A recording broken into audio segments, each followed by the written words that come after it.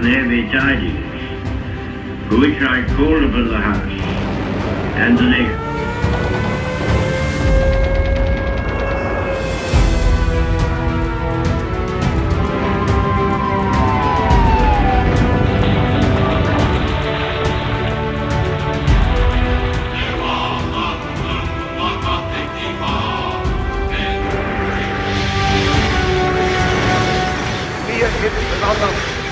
Dass wir intolerante, unverträgliche Menschen seien. Wir wollen sagen,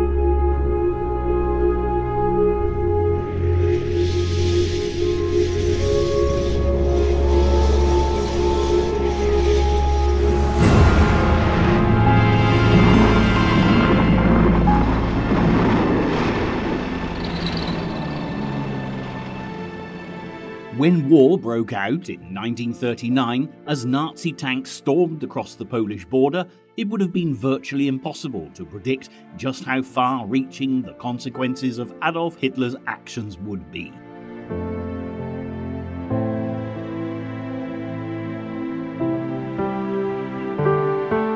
By the winter of 1943, from the north, south, east and west, the battle cries rang out across the globe, and the atrocities visited upon innocent civilians, particularly those of the Jewish faith, became ever more horrifically apparent.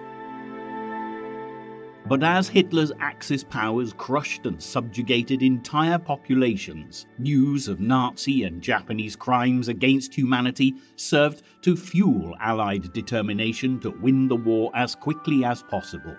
The plight of those held in concentration camps was no longer hidden from view. And although it would still be some considerable time before surviving inmates would be liberated, there was now at least hope for some of them. What's more, as October 1943 drew to a close, a formal Allied agreement to set up a United Nations Commission on War Crimes was put in place. Those responsible for atrocities would be called upon to account for their actions, and following orders would be no defence. The months of October, November and December 1943 saw the culmination of many campaigns, and the foundations were laid for many more. Events in the Pacific were rapidly gathering momentum 2 years on from the surprise Japanese attack on the American naval fleet at Pearl. Without doubt, the devastating efficiency of Japan's air force makes this one of the most well-known offensives of the entire Second World War, but through the course of this chapter you'll discover that there were also many less well-known skirmishes in the Pacific that were equally fascinating. As well as considering these events in the Pacific, we'll also be focusing on the Allied campaign in Italy, following on from victory over Hitler's troops in North Africa. And all the while, conflict in Russia was becoming ever more significant, particularly as alliances shifted in the build-up to the Cairo and Teheran conferences as the blueprint for the Allies' endgame took shape. So, beginning on October 1st, 1943, new challenges take us to Italy, where Allied forces entered the harbour city of Naples. The complex politics of Italy and the nation's position in World War II meant that the people of Naples had already revolted against the German army of occupation before the Allies arrived. However, to get a true understanding of the events in Italy in 1943, we really need to backtrack to the end of the First World War. Just as Adolf Hitler rose to prominence in Germany in the aftermath of World War I, in Italy, Benito Mussolini followed a very similar route to power. Born in 1883, the son of a blacksmith, Mussolini moved to Switzerland in 1902 in search of work, and it was here that he became involved in socialist politics. When he returned to Italy in 1904, it was to become a journalist with a socialist publication, but he broke away from the socialists when they opposed Italy's entry into World War I, and when he was drafted in 1915, Mussolini took up arms for his country.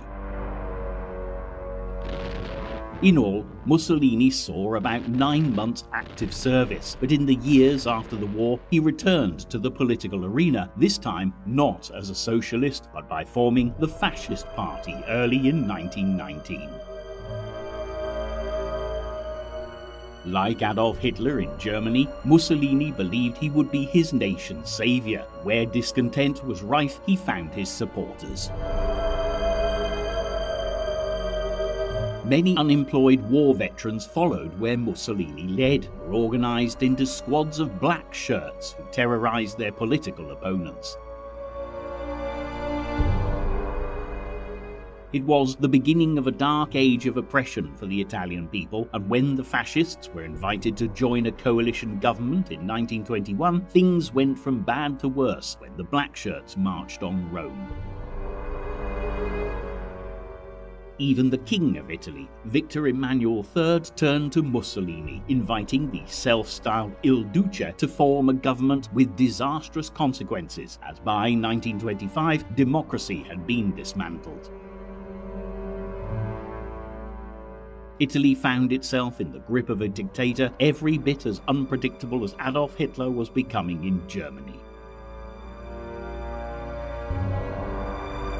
After the Wall Street crash of 1929 saw the world fall into an economic depression, the 1930s found both Hitler and Mussolini's empire building at an alarming rate.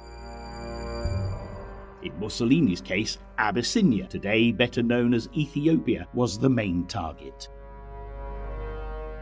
As well as gaining inroads into Africa, Mussolini also supported General Franco in the Spanish Civil War, and more importantly, cooperated with Hitler and Nazi Germany to such a degree that it culminated in May 1939 in their Pact of Steel as World War II loomed large.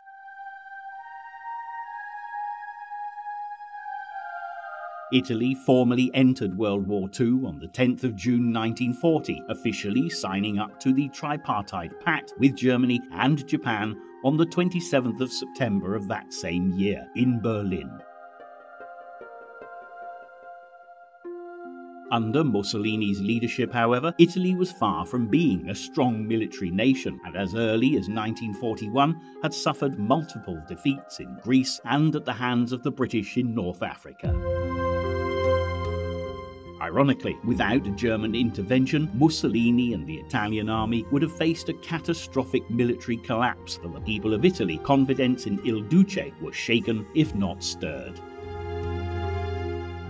Despite Mussolini's pre-World War II activity in Africa, the Italians were defeated in the desert along with the Germans under the command of Erwin Rommel, and naturally, once soldiers of the caliber of the British General Bernard Montgomery had secured North Africa, the Allies looked towards Italy as the next logical stepping stone back into mainland Europe.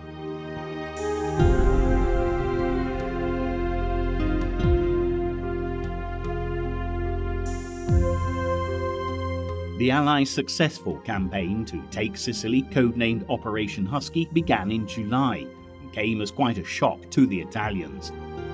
Their position was truly precarious, as not only did they have the battle-hardened British, Canadian and American troops from North Africa to worry about, but their so-called allies, the Nazis, were equally menacing. If the Italians surrendered, they would come under immediate German attack, and anger against Mussolini for putting Italy in such a predicament grew. With Sicily under heavy assault, early in July 1943, Mussolini was removed from power and put under arrest. The King of Italy himself took control, and with Marshal Badoglio taking charge of the government, Hitler feared an imminent Italian surrender to the Allies and ordered plans be put in place immediately to liberate Mussolini.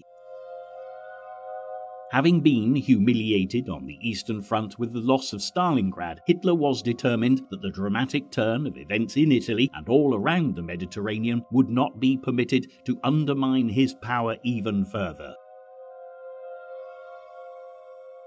Consequently, when the Italians did surrender unconditionally to the Allies early in September, the Germans were swift to react. Firstly, they liberated Mussolini and restored him as a puppet dictator. Then they set to work salvaging whatever they could as they attempted to halt the Allies in their tracks. What was about to unfold in Italy would change the course of the war, and the American President Franklin D. Roosevelt astutely commented in one of his famous fireside chat broadcasts that "The first crack in the Axis has come. The criminal, corrupt fascist regime in Italy is going to pieces." The question now was who would pick up the fallen pieces first, the Allies or the Germans?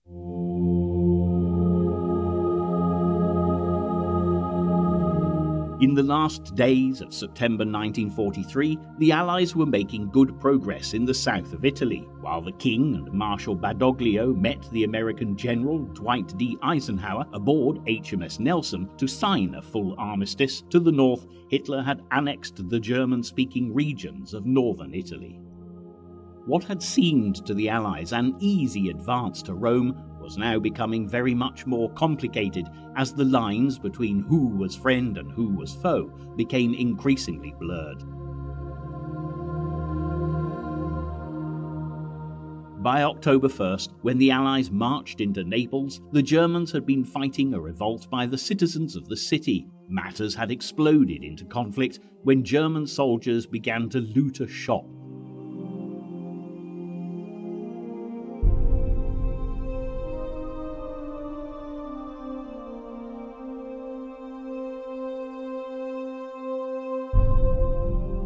At least amongst the devastation of Naples, the Allies were assured the support of their new brother-in-arms.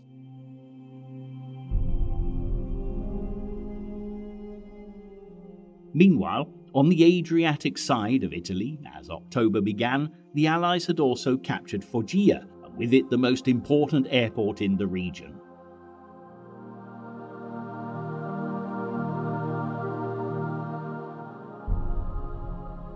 Hitler's propaganda minister, Joseph Goebbels, was quick to assess the situation and realized that even his considerable talents would be stretched in putting a positive spin on this event. The Allies now had the potential to launch air attacks on Nazi-held strongholds in the Balkans, as well as giving them a springboard to attack southern Germany. This was of little consolation, though, to the thousands of Italian soldiers who were now facing the full brunt of Hitler's wrath. Even those who had surrendered to the Germans, including 5,000 on the Greek island of Cephalonia, were brutally massacred by the Nazis, and with the pressures mounting, it wasn't only military personnel that faced the backlash of German retaliation. On October 3rd, the Gestapo ordered all the Jews in Athens to register, and Greece quickly became an important focal point for the Allies, with Italy being so close by, but the Germans were equally determined to secure as much territory in the area as possible. Within 24 hours, the British protectors of the island of Kos had been beaten soundly by Hitler's Axis powers, despite the cracks spotted in their armour by Roosevelt.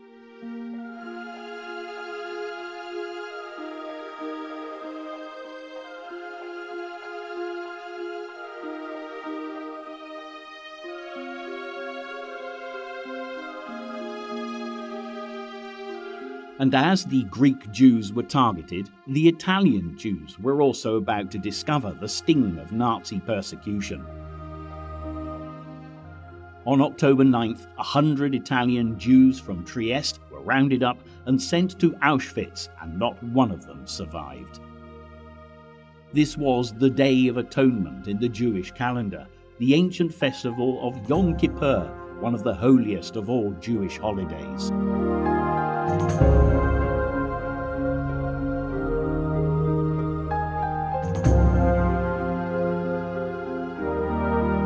At Auschwitz, this day did not go unmarked as the Nazis picked out 1,000 inmates they claimed were too weak to work and executed them. Without the protection of being part of Hitler's axis of evil, the Jews of Italy were now SS targets.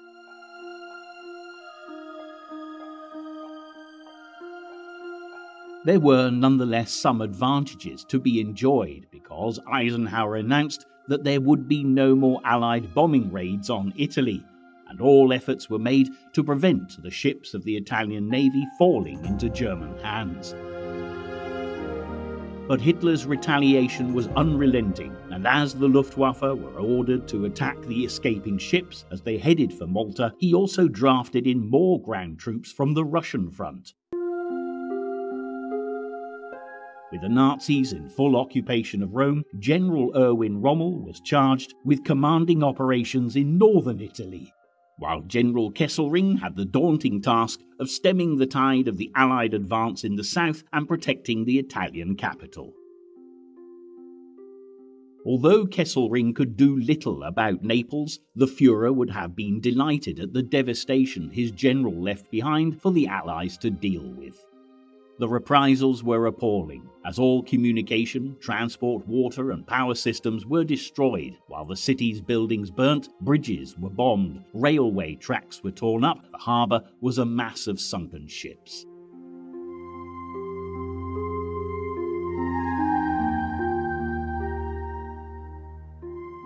The workload for the Allies was huge, and Kesselring would have been well aware that in excess of 800,000 civilians would now be reliant upon the Allies for their survival. Instead of speedily moving north to consolidate their advantage, the Allies were stalled as they dealt with the aftermath of Naples, but to their credit, the port was restored, reopened, and functioning within a week.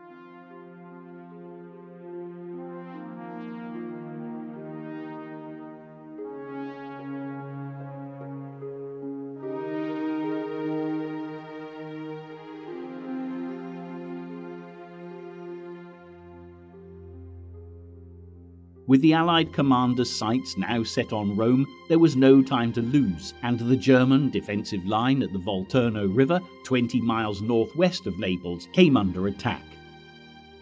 The Volturno line ran from the town of Termoli along the Biferno River through the Apennine Mountains to the Volturno River.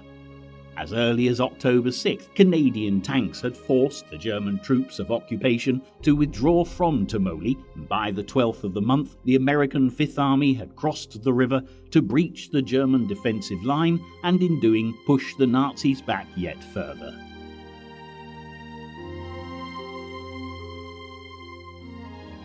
The very next day, the King and the Italian government declared war on Germany as the battles raged on.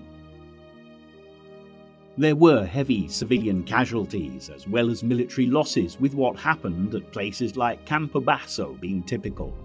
Resonant with ancient history, even the City Hall with all the archives was destroyed, as the 1st Canadian Corps eventually took the city from the Germans.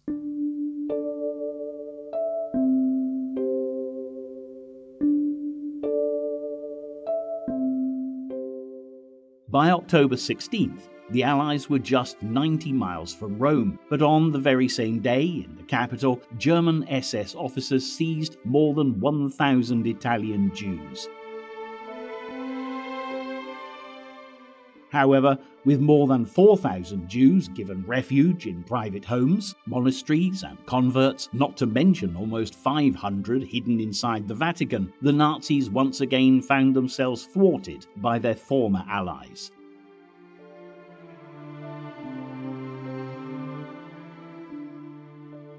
The Allied war effort was now really gathering pace, as from the snow-clad mountains of Italy to the sweltering jungles of the Pacific, the dream that victory could be theirs was steadily becoming a reality.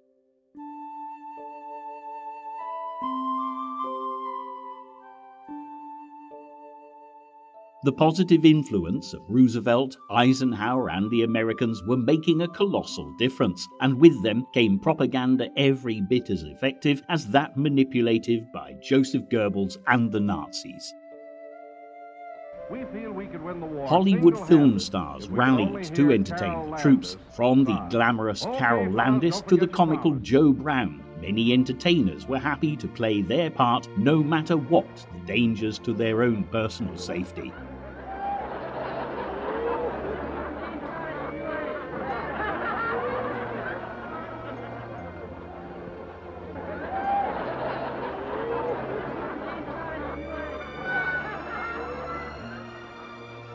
And in this positive atmosphere, plans for the Allied invasion of France were also gathering momentum.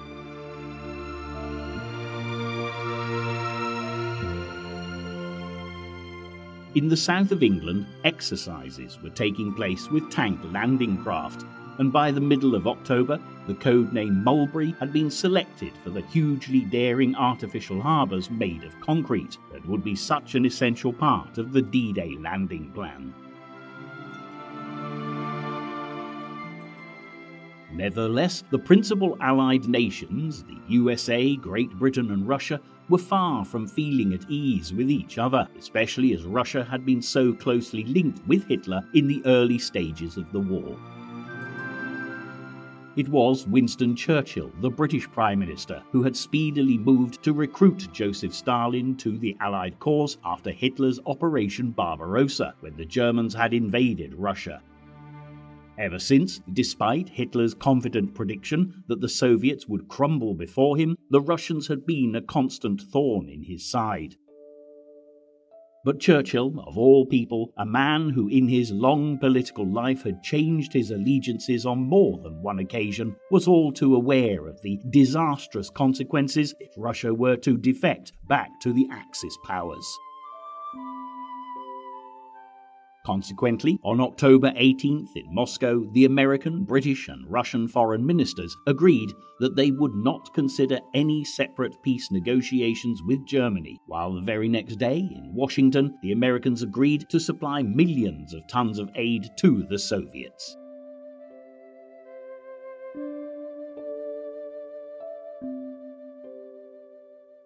As October 1943 drew to its conclusion, with the Allies manoeuvring into position to sustain their assault on the Axis powers, the cost in human suffering was escalating.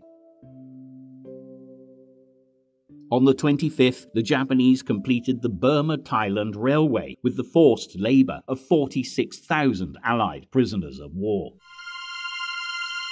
More than 16,000 of them had died of starvation, brutality and disease, alongside many thousands more Burmese citizens caught up in a war not of their making, in which they too were forced labour for Imperial Japan.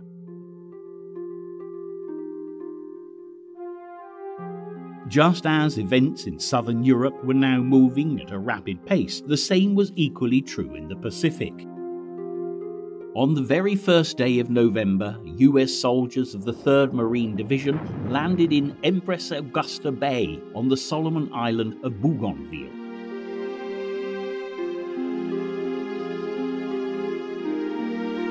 Backed up by an impressive US naval task force of 4 light cruisers and 8 destroyers, and commanded by the brilliant Rear Admiral Aaron S. Tip Merrill, the Americans quickly consolidated their position.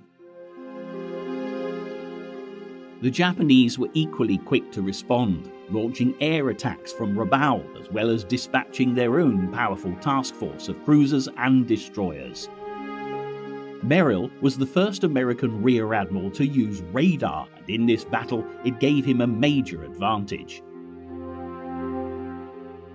Without radar, the Japanese commander failed to assess the outcome of the battle accurately when Merrill retreated under cover of smoke. Returning to Rabaul, the Japanese believed they'd been victorious and prepared to re-attack the Allied landing forces at Bougainville, without realizing Merrill's task force was still very much intact.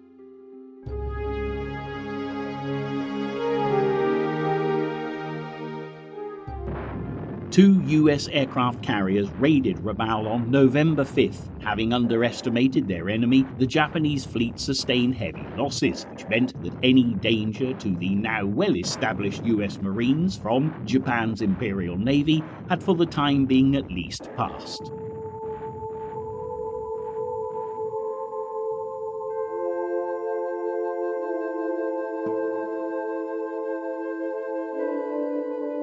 Success in the Solomon Islands had been crucial to the Allies because it was from here that the Japanese had planned to expand into New Guinea, Papua, and most worryingly of all, Australia. To recap a little, the campaign for the Solomon Islands had started back in February 1943, with General MacArthur leading a sustained American strategic offensive.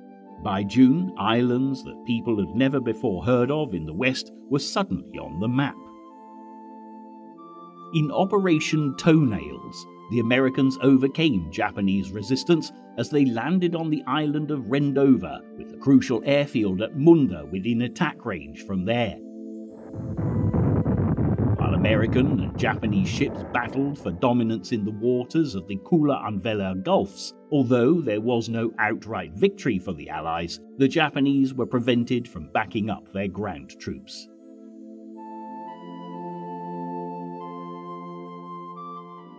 When Munda Airfield fell to the Americans on August 5th, Phase 1 of their campaign was complete.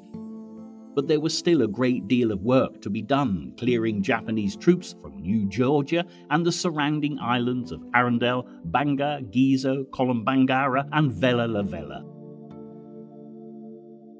The Japanese were a most tenacious enemy, honor-bound never to contemplate surrender, always fighting to the death.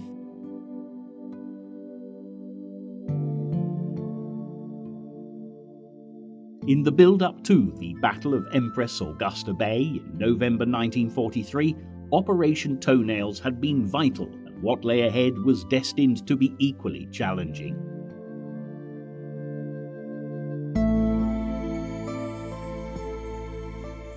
Interestingly, the Japanese suffered much heavier losses of ships and planes than the Americans. But while the USA could manufacture replacements, by this stage in the war, the Japanese could not.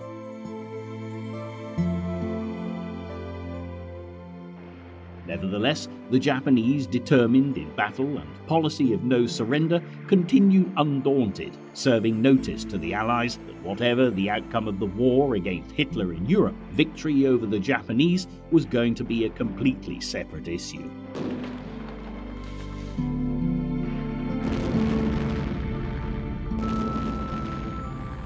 With the end of 1943 just weeks away, Adolf Hitler was finding the troops available to him were becoming even more thinly spread. Having to occupy Italy as well as cope with another bitter cold winter on the Russian front was bad enough. But the Germans were now in no doubt that an invasion of Western Europe sometime in 1944 was imminent. In fact, on November 3rd, Adolf Hitler issued Directive 51, warning of the anticipated Allied landings, and his propaganda minister Goebbels once again had a difficult task ahead of him, convincing the German nation that their Führer was still invincible. Goebbels' personal diaries offer a fascinating insight. And on the day before Hitler issued Directive 51, Goebbels made an entry regarding the fact that more than 9,000 German soldiers had been killed on the Eastern Front in just 9 days. He said, "We cannot sustain such a drain for long. We are in danger of slowly bleeding to death in the East." Whatever the public face of Nazi propaganda, Goebbels, like many of his fellow high-ranking officials, was fully aware of the all-too-real danger of Germany being defeated.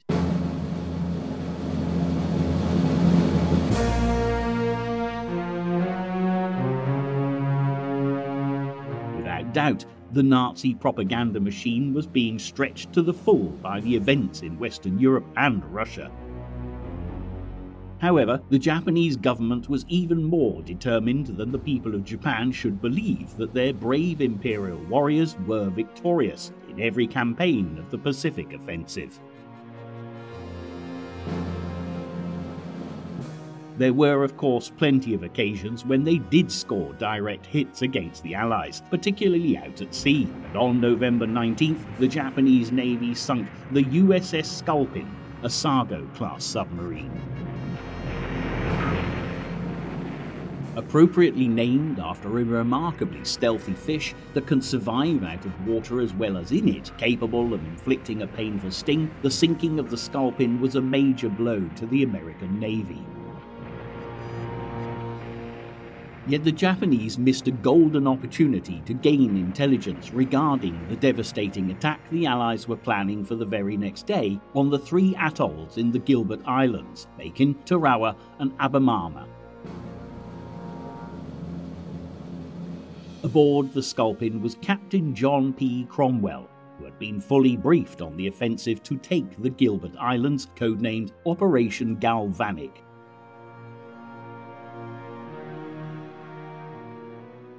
When the submarine was first struck, the vessel's commander surfaced to give his crew the chance of survival, but a direct hit to the conning tower meant that he, along with many of his men, were killed outright. Cromwell was not amongst them, but realized if he was taken prisoner by the Japanese, he might reveal the secret plans under torture. Bravely, he went down with the sinking submarine, rather than risk jeopardizing the operation, and was posthumously awarded the Medal of Honor for devotion to his country. To date, the Americans had been given little chance to go on the offensive with the Japanese because, after the shock of Pearl Harbor, they had constantly been taking a defensive position. Interestingly, the Battle of Tarawa was only the second time they had done this, the first being the Guadalcanal campaign, where their amphibious landing force had met little resistance, but things were about to change dramatically.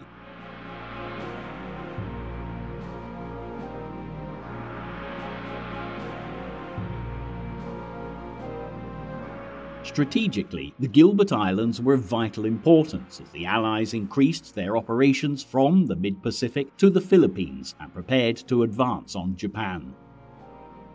Taking the Mariana Islands from the Japanese would be crucial if the US Navy stood any chance of succeeding in this objective, but naturally, Imperial Japan was all too aware of this. Because the Marianas, including the all-important island of Guam, had become a major target, Japanese reinforcements had been drafted in, with fortifications consolidated to make the entire area as secure as possible. The Americans knew that they would have to advance island group by island group, because before they could even reach the Marianas, they would need to wrestle the nearby Marshall Islands from Japanese control. But before they could do that, the enemy garrison on the Tarawa Atoll needed to be neutralized. By now, the Americans had enough experience of the Japanese to come prepared, and as Operation Galvanic began, November 20th, over 6,000 US troops landed on Makin. On paper, the occupying army made up of 300 Japanese soldiers and 500 Korean laborers should have been easily defeated, but the battle was bitterly contested and American casualties were high.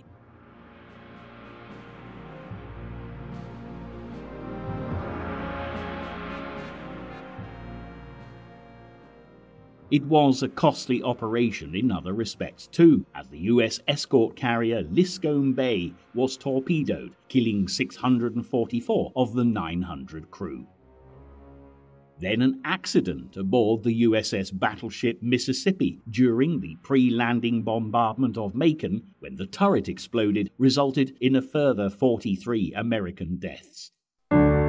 The people of Macon were nonetheless delighted to greet their US liberators, offering coconuts as a token of their gratitude. It was an experience the Allies were going to encounter many times in the coming months, as the freedom they were fighting so hard for was returned to those so long oppressed by the Axis of Evil. With Macon secure, American troops began their assault on Tarawa Atoll, again about 6,000 of them, but there were 5,000 Japanese soldiers lying in wait for them. A bloody battle ensued, lasting some 76 hours, with more than 1,000 of the Americans killed, and the Japanese statistics certainly make for some fascinating reading. Of the vast defending force, only one Japanese officer and 16 of his men survived, alongside 129 of the conscripted Korean laborers who had also made up the numbers.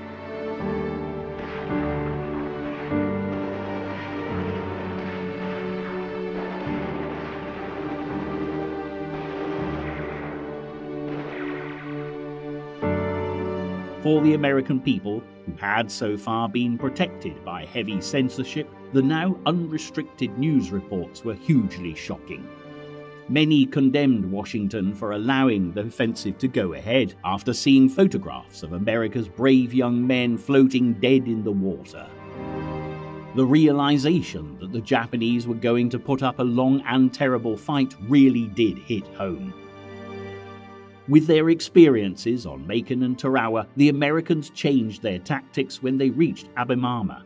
Despite the much smaller Japanese garrison, one Marine was killed within minutes during an attempted landing, so it was to settle for using naval gunfire only to clear the army of occupation.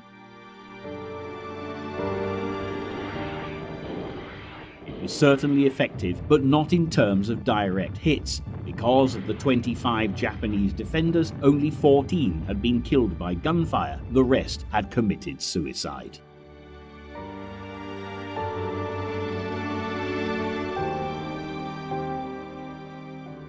The loss of the Gilbert Islands to the Americans was far from being good news for the Japanese government back in Tokyo, but they did have the satisfaction of knowing the victorious US troops had suffered significant casualties in achieving their goal. But the bad news was not yet over for the Japanese, as on November 25th, American bombers attacked a crucial airbase on Formosa, or as we know it today, Taiwan.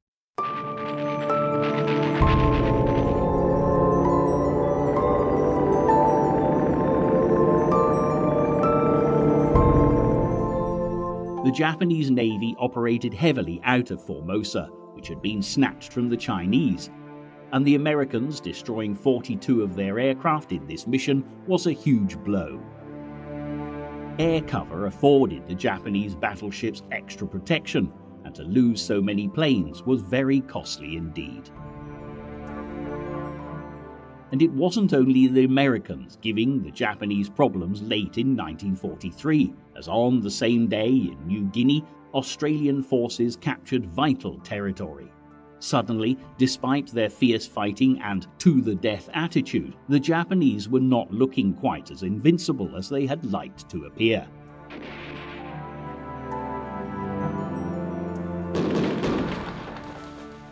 Meanwhile, as the final days of November dawned, the pressure on Adolf Hitler in the West was increasing.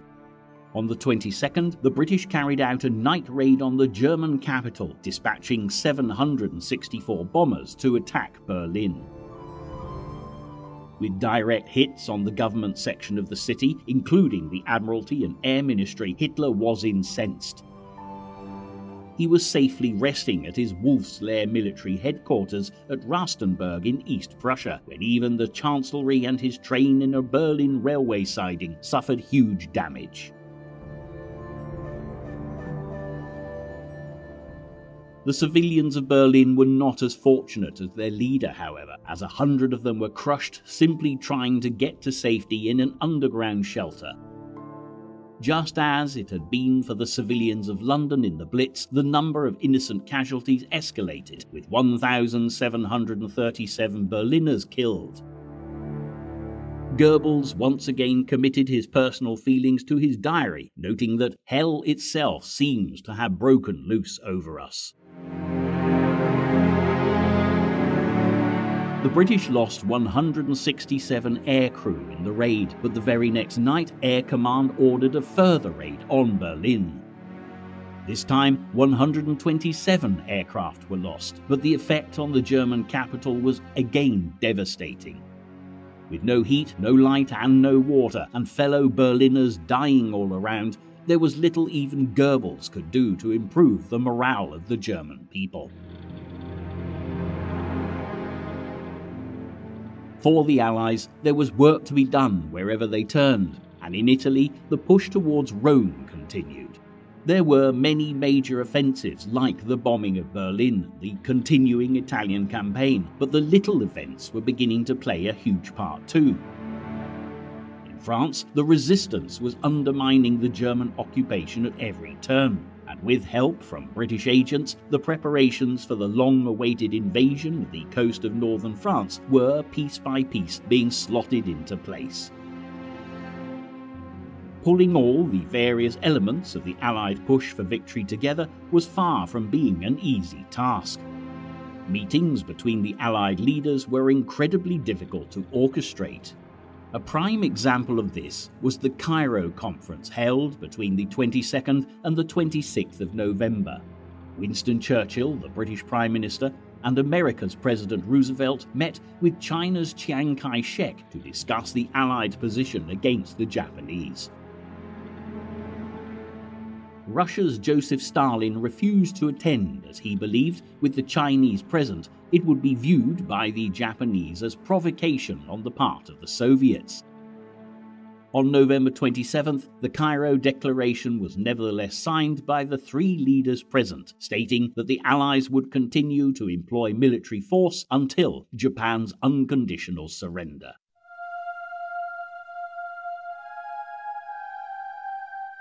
It was also decided that when that happened, all the islands of the Pacific seized by the Japanese since the First World War would be taken back. All territories Japan had seized from China would also be restored, and last but by no means least, Korea would become independent. With the Cairo Conference complete, Churchill and Roosevelt looked towards further discussions on the Allies' plans to invade France. While Stalin's absence from Cairo had been manageable, it was time for the Big Three, as they were so often dubbed, to meet as the Teheran Conference began.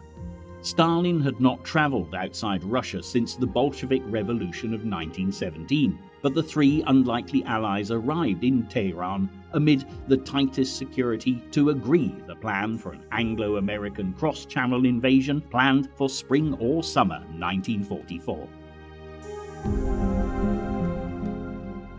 In the discussions on November 29th, Churchill outlined to Stalin the conditions that needed to be met if Operation Overlord had any chance of succeeding. Firstly, there had to be a satisfactory reduction in the German fighter forces in northwest Europe. Secondly, German reserves in France and the Low Countries had to be minimized on the day of the assault, and thirdly, the Allies had to make sure the Germans could not transfer significant reinforcements from other fronts for the first 60 days of the operation. Stalin was skeptical as to whether this was possible, but Churchill, as ever, found the right words to express what was required when he said, "It will be our stern duty to hurl across the Channel against the Germans every sinew of our strength." But amidst discussions outlining the plans for Operation Overlord, Stalin also had quite an agenda of his own. He made it clear that the moment Germany was defeated, the Soviets would embark upon a war with the Japanese. Churchill described Stalin's declaration as a momentous decision that had to be kept absolutely top secret. In fact, it wasn't even noted in the secret records of the Tehran talks. There were also other matters on the table for discussion, but one in particular was ironically kept top secret from the Russians. Roosevelt and Churchill chose not to disclose to Stalin that scientists in America working on the atomic bomb were making massive progress, and that B-29 bombers were now being modified to carry and drop the deadly devices.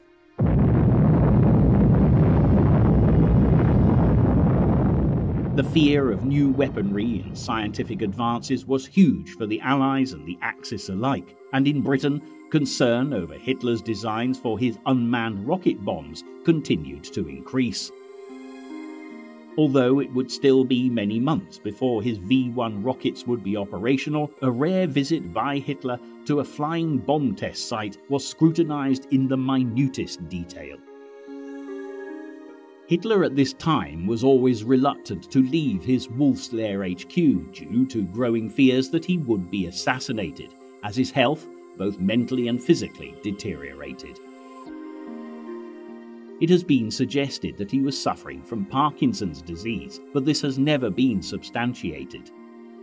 In the light of this, British intelligence knew that such a visit must have been important, and it was even speculated that the rocket bombs could weigh up to 7 tons. Consequently, Churchill's government put in place plans to make millions of hospital beds available for those who might be injured by such a weapon. Prevention would nevertheless be better than a cure, so Operation Crossbow was also instigated to systematically bomb any site in northern France that looked suspicious from reconnaissance photographs.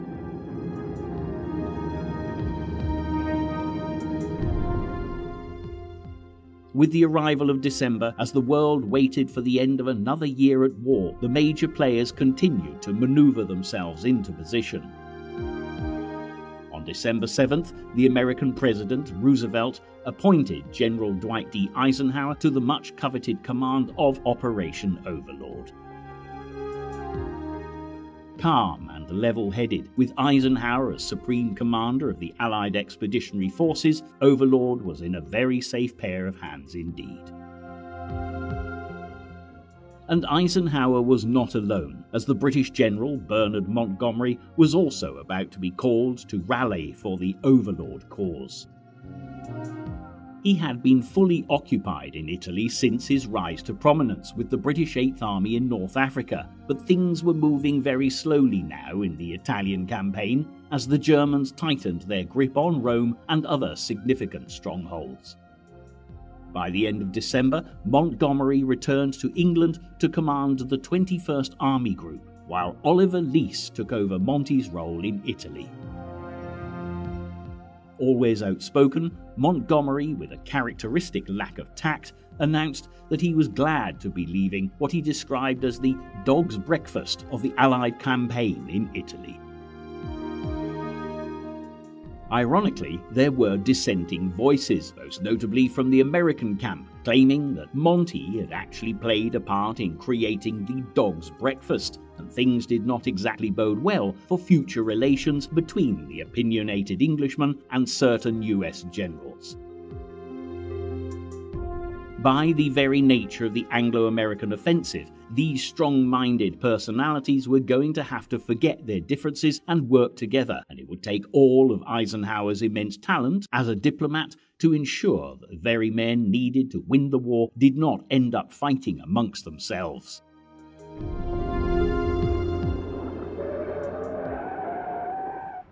Even so, as more and more attention was now being focused on Overlord, the Allies still continued to push on towards Rome. For the Canadian, British and American troops fighting in Italy, it was now evident that the battles ahead were going to be long drawn out and costly. What had appeared to be a straightforward campaign was now going to become a war of attrition throughout 1944. The Germans at the front of Cassino as 1943 drew to a close could not be dislodged despite the best efforts of the Allies. The winter weather was making the task even more difficult, and any hope of matters in Italy being completely concluded before Operation Overlord commenced were fading fast. As Christmas appeared on the horizon, events in the Pacific also continued to hit the headlines. On December 15th, American troops landed on the Arawa Peninsula at the western end of New Britain in the Solomon Islands. It was a strategically important advance, with the capital of New Britain, Rabaul, still operating as a formidable Japanese stronghold.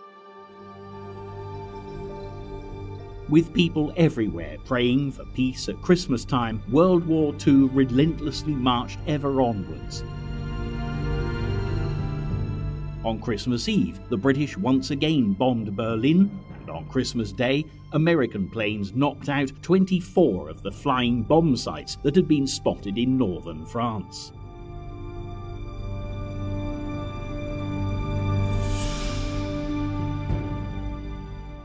In Washington, President Roosevelt made his traditional broadcast to the nation.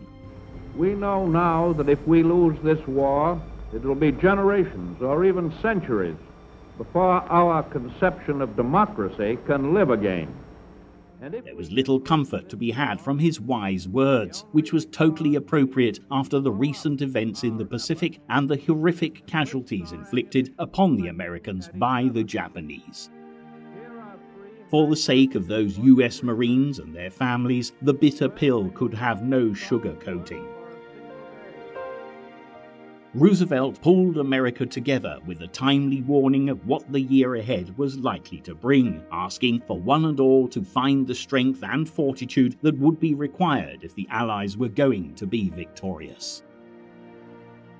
He said, "The war is now reaching the stage when we shall have to look forward to large casualty lists, dead, wounded and missing.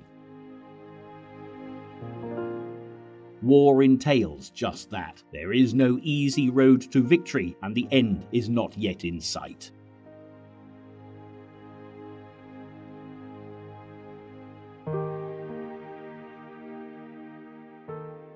It was evidently just what was required of the American president, as a day later, US troops launched Operation Backhander, a landing on Cape Gloucester on the extreme tip of New Britain.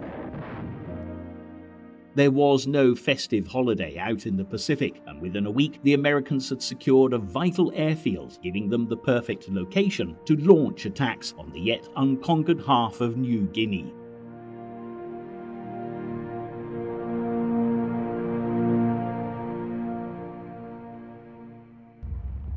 This was a positive note for the year to end on for the Allies, but the Japanese fought back as fiercely as ever, and there was little doubt that the first months of 1944 would come complete with ever more conflict for the world at war. The grand conferences had been attended. The now famous Allied leaders had been pictured chatting together at Cairo and Tehran, and despite the major policy rifts on human rights that existed between the Western Allies and the Russians, for the time being at least, they were presenting a united front.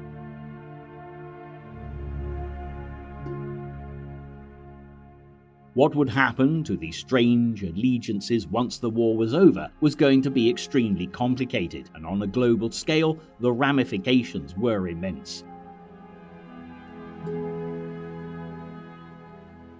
Yet from the sleepy seaside towns of southern England through to the ancient streets of historic London, it was this determined island nation that was about to take centre stage. For Adolf Hitler, his earlier inability to break the people's spirit and invade Britain would return to haunt him, as Operation Overlord now had the most stable of platforms to be launched from. The people of Britain would once more be asked to stand firm and resolute, playing host to the many thousands of Allied troops and supplies required to cross the Channel and invade France. Preparations were now almost complete to force the German army of occupation to retreat back across its own borders in a prelude to Hitler's last stand. The blueprint for victory was at long last about to be written.